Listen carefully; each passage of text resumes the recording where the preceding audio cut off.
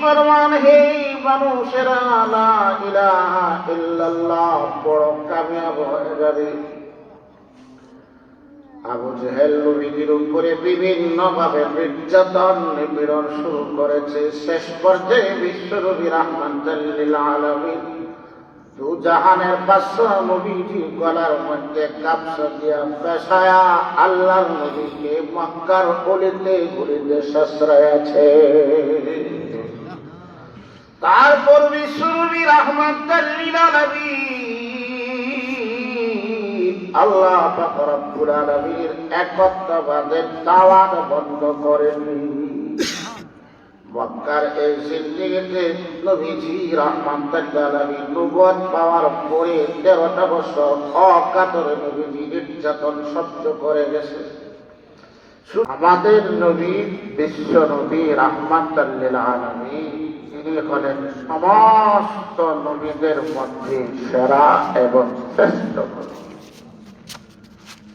আমাদের নবীর পরে আর কোন নবী আছে? আমাদের নবী তিনি হলেন শ্রেষ্ঠ, যেমনি ভাবে তিনি শেষ নবী। আমাদের নবীজিকে যদি আল্লাহ রাব্বুল আলামিন সৃষ্টি না করতেন, তাহলে আকাশ বাতাস লৌহ কলম তারকারাজি যা কিছু আমরা চোখে দেখি কোন জিনিসে আল্লাহ সৃষ্টি করতেন না। একমাত্র আমাদের নবী বিশ্ব নবী রাহমাতুল লিল আলামিন সাল্লাল্লাহু আলাইহি ওয়াসাল্লাম এর উসিলা আল্লাহ তাআলা সব কিছু সৃষ্টি করেছেন। এজন্য আল্লাহ রাব্বুল আলামিন আমাদের নবীর মধ্যে আল্লাহ তাআলা আমাদের জন্য উত্তম আদর্শ বিশ্বনবী রাহমাতুল লিল আলামিনের 63 বছরের জীবন ইতিহাসে 3 অধ্যায়ে আলোচনা করা যেতে পারে। প্রথম অধ্যায়টা হলো আল্লাহর নবীর জন্ম থেকে নিয়ে নবুয়ত প্রাপ্তি আগ মুহূর্ত যে সময়কাল, সেই সময়কালকে এক অধ্যায় আলোচনা করা যায়। এই সময়টাকে বলা হয় কাবলাত নবুওয়া, নবুয়তের পূর্বের জীবন ইতিহাস। নবীজি জন্ম থেকে নিয়ে নবুয়ত প্রাপ্তির পূর্ব পর্যন্ত যে 40 বছরের জীবন, এই 40 বছরের জীবনটা উম্মতের জন্য কোনো কিছু পালন করার মতো কিছু নাই।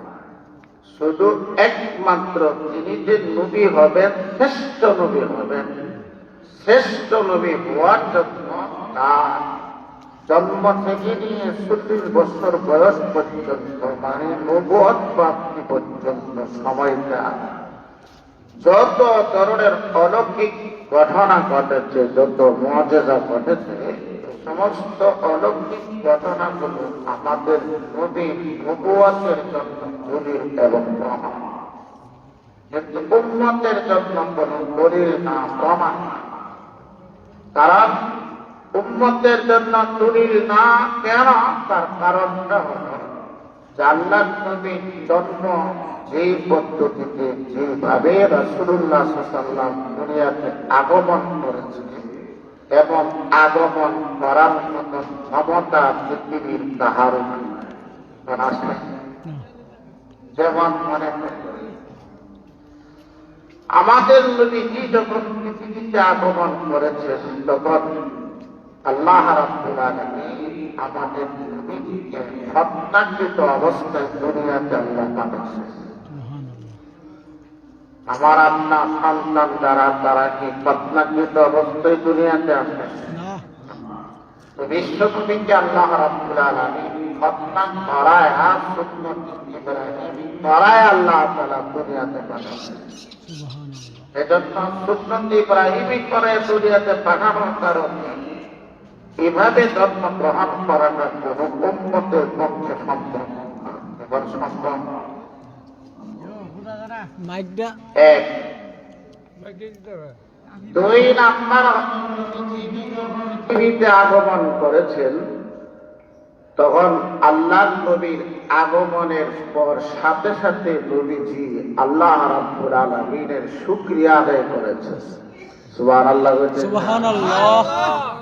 আমার আপনার ঘরে যখন সন্তান জন্মগ্রহণ করে, তারাও তো আল্লাহর শুকরিয়া আদায় করে, কি করে? করতে পারে না। কিন্তু বিশ্বনবী রাহমাতুল্লাহ আলাইহি যখন জন্মগ্রহণ করছে, সাথে সাথে আল্লাহ রাব্বুল আলামিনের শুকরিয়া আদায় করেছে। জোরে জোরে বলি সুবহানাল্লাহ।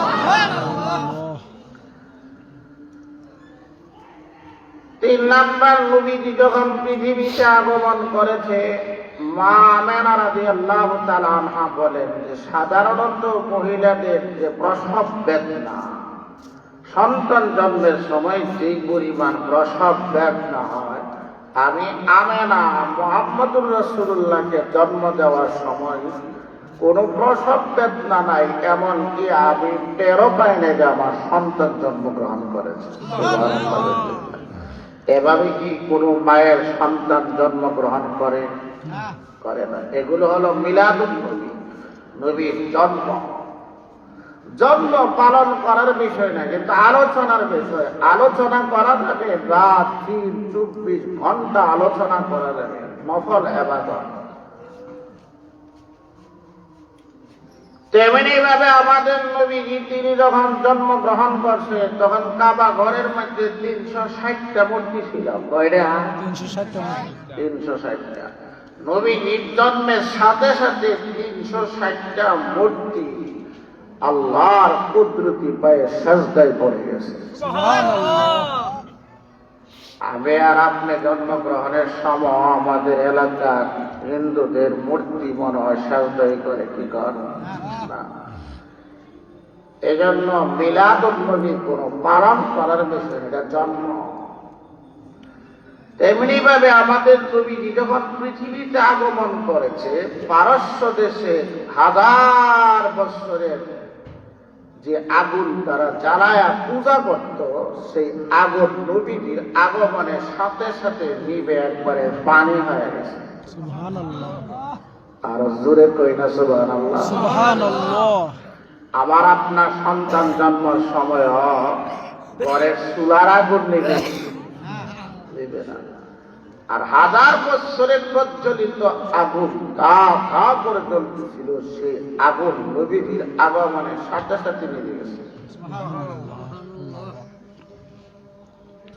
কিসরা বাদশার রাজমহলের মধ্যে নবীজির আগমনের সাথে সাথে এমন একটা ভূমিকম্প হয়েছে, যে ভূমিকম্পের মাধ্যমে সাথে সাথে তার রাজপ্রাসাদের 14টা ইট খসে পড়ে গেছে। সুবহানাল্লাহ। এইগুলো হলো অলৌকিক ঘটনা। এই সমস্ত অলৌকিক ঘটনা কোন মায়ের সন্তান জন্মের সময় এমন ঘটনা ঘটে না। এই জন্য মিলাদুন নবী পালন করার কোন বিষয় না, আলোচনার বিষয় শুধু। নবীজি সাল্লাল্লাহু আলাইহি ওয়াসাল্লামের জন্ম থেকে 40 বছর পর্যন্ত যে সময়, এই সময়টা আল্লাহর নবীর কোন উম্মতের জন্য পালনীয় কোন বিষয় না। পালনীয় বিষয় কোন সময় থেকে? যখন থেকে আল্লাহ নবী নবুয়ত প্রাপ্ত হয়েছে, তখন থেকে। জোরে জোরে বলি সুবহানাল্লাহ। 40 বছর বয়সে নবীজি নবুয়ত প্রাপ্ত হয়েছেন। 40 বছরের পর নবুয়ত প্রাপ্তির পরে নবীজি তিনি আকামা ফি মক্কাতা, আল্লাহর নবী মক্কাতে অবস্থান করেছিলেন 13 বছর পর্যন্ত। কত বছর? 13 বছর পর্যন্ত মক্কাতে ছিলেন। তাহলে মক্কার 13 বছরের জীবন, এই জীবনটাকে বলা হয় মাক্কি জীবন, রাসূলের মক্কার জীবন। এটা হলো 2য় অধ্যায় আল্লাহ রাসূল সাল্লাল্লাহু আলাইহি ওয়াসাল্লামের। 2য় অধ্যায় থেকেই শুরু হয়েছে নবীজির জীবন আদর্শ, যেগুলো উম্মতের জন্য পালন করতে হবে, পালনীয়। আর নবীজির জীবন আদর্শ, এটা আমল করা, বাস্তবায়ন করা, বর্ণনা করা, বলা, সবগুলো হলো ফরজ। সিরাতুন নবী হলো ফরজ আর মিলাদুন নবী হলো নফল। তাহলে সিরাতুন নবী আর মিলাদুন নবীর মধ্যে পার্থক্য কি হলো?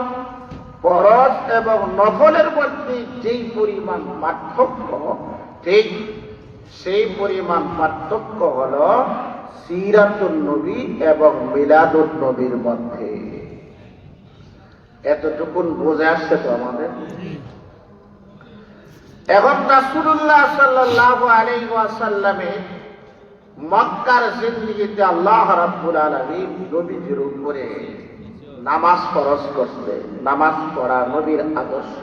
কার আদর্শ? নবীর আদর্শ। আরো জোরে বলি, 5 ওয়াক্ত নামাজ পড়া কার আদর্শ? নবীর আদর্শ। নবীর আদর্শ। রমজানের রোজা পালন করা নবীর আদর্শ। রমজানের রোজা নবীজির মক্কি জিন্দেগির মধ্যে আল্লাহ তাআলা নাযিল করেছেন। হজ, যাকাত, অন্যান্য যত ইবাদত বন্দেগী আছে সমস্ত ইবাদত বন্দেগী আল্লাহ রাব্বুল আলামিন নবীজির মক্কি জিন্দেগিতে আল্লাহ তাআলা নাযিল করেছেন। এই নবীজির মক্কার জিন্দেগি এবং মদিনার জিন্দেগি হলো 10 বছরের জিন্দেগি। 40 আর 13 মিলাইয়া কত হয়েছে? 53। আর 10 মিলাইলে কত হয়? 63। এই হলো নবীজি পূর্ণ জীবন হলো কত বছর? 63 বছর। তাহলে পুরা 23 বছরের জীবন ইতিহাস হলো উম্মতের জন্য আদর্শ। উম্মত পালন করতে হবে, বর্ণনা করা ফরজ, আমল করা ফরজ। এখন তাফসীর মাহফিল করলো যুবকরা, যদি নামাজ না পড়ে তাহলে নবীর আদর্শ হইল? যুবকরা তাফসীর মাহফিল করবে, নবীর আদর্শ হলো 5 ওয়াক্ত নামাজ যেন তারা পড়ে। আর তাফসীর মাহফিল প্রতিষ্ঠা করার কারণটাই হলো যুবকরা এবং সবাই যেন নামাজি হয় না, মহল্লাবাসী যেন নামাজি হয় না, দিনদার হয় না, রোজাদার হয় না, পর্দাশীল হয় না, হারাম থেকে যেন তারা বাঁচে, হালাল যেন তারা উপার্জন করে। কি ঠিক কি ঠিক না? আল্লাহ নবী সাল্লাল্লাহু আলাইহি ওয়াসাল্লামের মক্কার জিন্দেগির নবুয়ত প্রাপ্তির পূর্বে 40টা বছর নবী ঈসা সাল্লাম সকলের কাছে আদর্শবান ব্যক্তি ছিল। কারো কোনো দ্বিমত ছিল না, সকলে একমত ঐক্যমত পোষণ করেছে মুহাম্মদ হলো আল আমিন, সত্যবাদী। মুহাম্মদ হলো দিনদার, আমানতগার। মুহাম্মদ হলো সভ্য, ভদ্র, নম্র, অত্যন্ত ভালো মানুষ। সকলের কাছে তিনি একজন সম্ভ্রান্ত ব্যক্তি ছিলেন। যখনই রাসূলুল্লাহ সাল্লাল্লাহু আলাইহি সাল্লামকে আল্লাহ রাব্বুল আলামিন 40 বছর বয়সে নবুয়ত দান করছে, তখনই গনা বাছা কয়েকজন লোক ছাড়া সবাই নবীজি দুশমন হয়ে গেছে। নবীজিকে মুহাম্মদুর রাসূলুল্লাহ বলে তারা মানছে না। শুরু হয়ে গেছে নবীজির উপরে বিভিন্ন ধরনের জুলুম, নির্যাতন, অত্যাচার। নবীর সাহাবাদের উপরে অত্যাচার, নবীর উপরে অত্যাচার।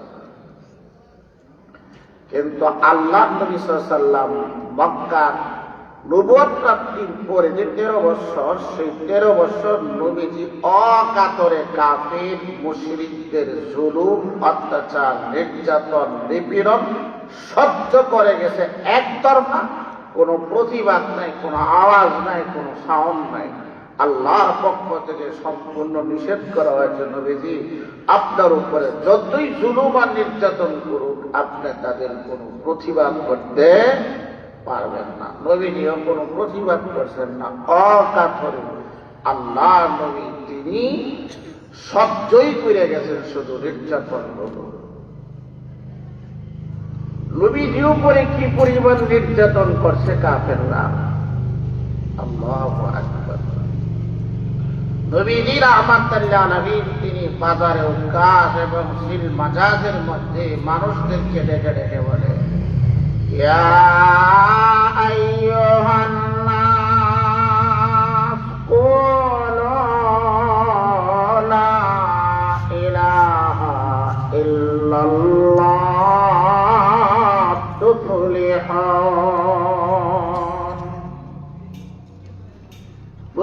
বাজারের মধ্যে মানুষদেরকে দাওয়াত দিতেছে, ও মানুষেরা তোমরা লা ইলাহা ইল্লাল্লাহ বড় কামিয়াব হয়ে যাবে। আবু জেহেল নবী সাল্লাল্লাহু আলাইহি সাল্লামকে বিভিন্ন ধরনের গালিগুলো অত্যাচার শুরু করে দিয়েছে। নাউজুবিল্লাহ। গালিগুলোদের পর আবু জেহেল নিজে রাসূলুল্লাহ সাল্লাল্লাহু আলাইহি সাল্লামের শরীর মুবারকের মধ্যে থুতু নিক্ষেপ শুরু করে দিয়েছে। থুতু দিতে দিতে রাসূলুল্লাহ সাল্লাল্লাহু আলাইহি সাল্লামের সমস্ত দেহটাকে একবারে গোসল করায় ফেলছে। নাউজুবিল্লাহ। তারপরও আল্লাহ রসুল দাওয়াত বন্ধ করেন নাই, দাওয়াত চালায় যাইতেছেন।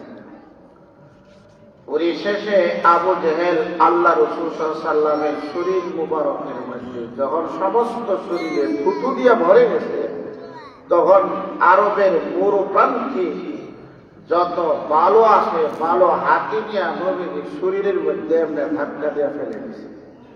নবীজির সমস্ত শরীরকে সমস্ত দেহকে ধুলা বালু দিয়া একবারে পাগলের মতো বানাইয়া দিছে। নাউজুবিল্লাহ। তারপরে আল্লাহর নবী দাওয়াত বন্ধ করেন নাই। সুবহানাল্লাহ। আবু জেহেল থেকে মুহাম্মদের যতই নির্যাতন করা হয়, মুহাম্মদের দাওয়াত আরো বাড়াইতে থাকে, বাড়তি থাকে সামনে।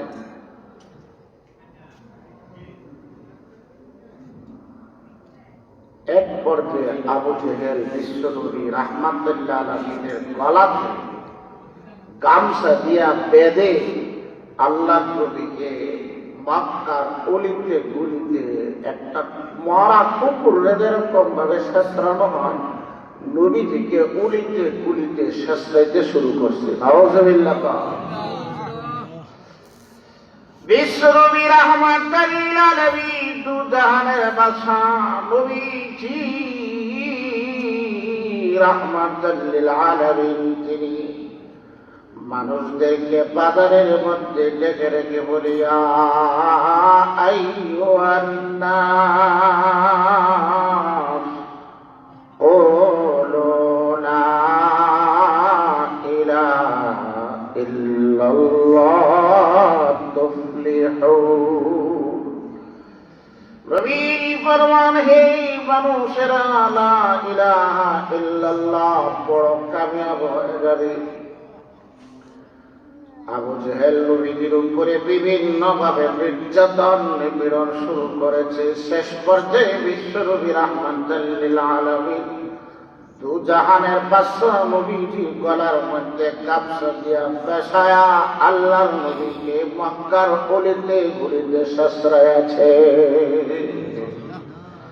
তারপর বিশ্বনবী রাহমাতুল্লিল আলামিন আল্লাহ পাক রব্বুল আলামিনের একত্ববাদের দাওয়াত বন্ধ করেননি। মক্কার এই জিন্দেগিতে নবীজি রাহমাতুল্লাহ আলাইহি নবুয়ত পাওয়ার পরে 13টা বছর অকাতরে নবীজি নির্যাতন সহ্য করে গেছে। শুধু নবীজি রাহমাতুল্লাহ আলাইহি যে নির্যাতন ভোগ করেছে তা না, নবীজির সাহাবাদের উপরে নির্যাতন শুরু হয়ে গেছে। নবীর সাহাবী হযরত বেলাল হাবশী রাদিয়াল্লাহু তাআলা আনহুকে প্রচন্ড রৌদ্রের তাপের মধ্যে গরম বালুর উপরে শোয়া দেওয়া হতো। সারা রাত হযরত বেলাল হাবশী রাদিয়াল্লাহু তাআলা আনহুকে একজনের পর একজন পালাক্রমে বেলাল হাবশী রাদিয়াল্লাহু তাআলা আনহুকে নির্যাতন করা হতো। বেলাল হাবশী রাদিয়াল্লাহু তাআলা আনহুকে এত পর্যাপ্ত পরিমাণ নির্যাতন করা হতো, বেলালের সমস্ত দেহটাকে রক্তে রঞ্জিত করে দিত।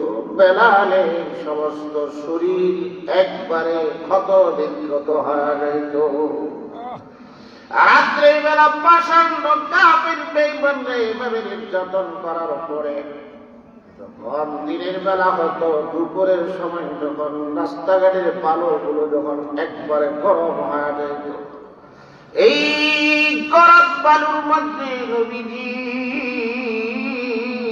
নবীর আশিক রাসূল সাহাবী হযরত বেলাল হাবশী রাদিয়াল্লাহু তাআলা আনহুকে চিৎ করে মাটিতে শোয়া দেওয়া হতো, তার উপরে পাথর দিয়া চাপা দেওয়া হতো।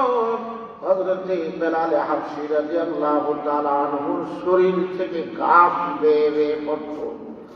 সেই বেলাল হাবশী রাদিয়াল্লাহু তাআলা আনহুকে মক্কার এই জমিনের মধ্যে তাকে মাটিতে শাসানো হতো। শুধু যারা নবীর সাহাবী হযরত খাব্বাব রাদিয়াল্লাহু তাআলা আনহুর উপরে নির্যাতন, হযরত খাব্বাব রাদিয়াল্লাহু তাআলা আনহুকে এত নির্যাতন করা হতো, এত নির্যাতন করা হতো। হযরত খাব্বাব রাদিয়াল্লাহু তাআলা আনহুর শরীরের মধ্যে লোহা গরম করে তার শরীরের মধ্যে ছাকা দেওয়া হতো।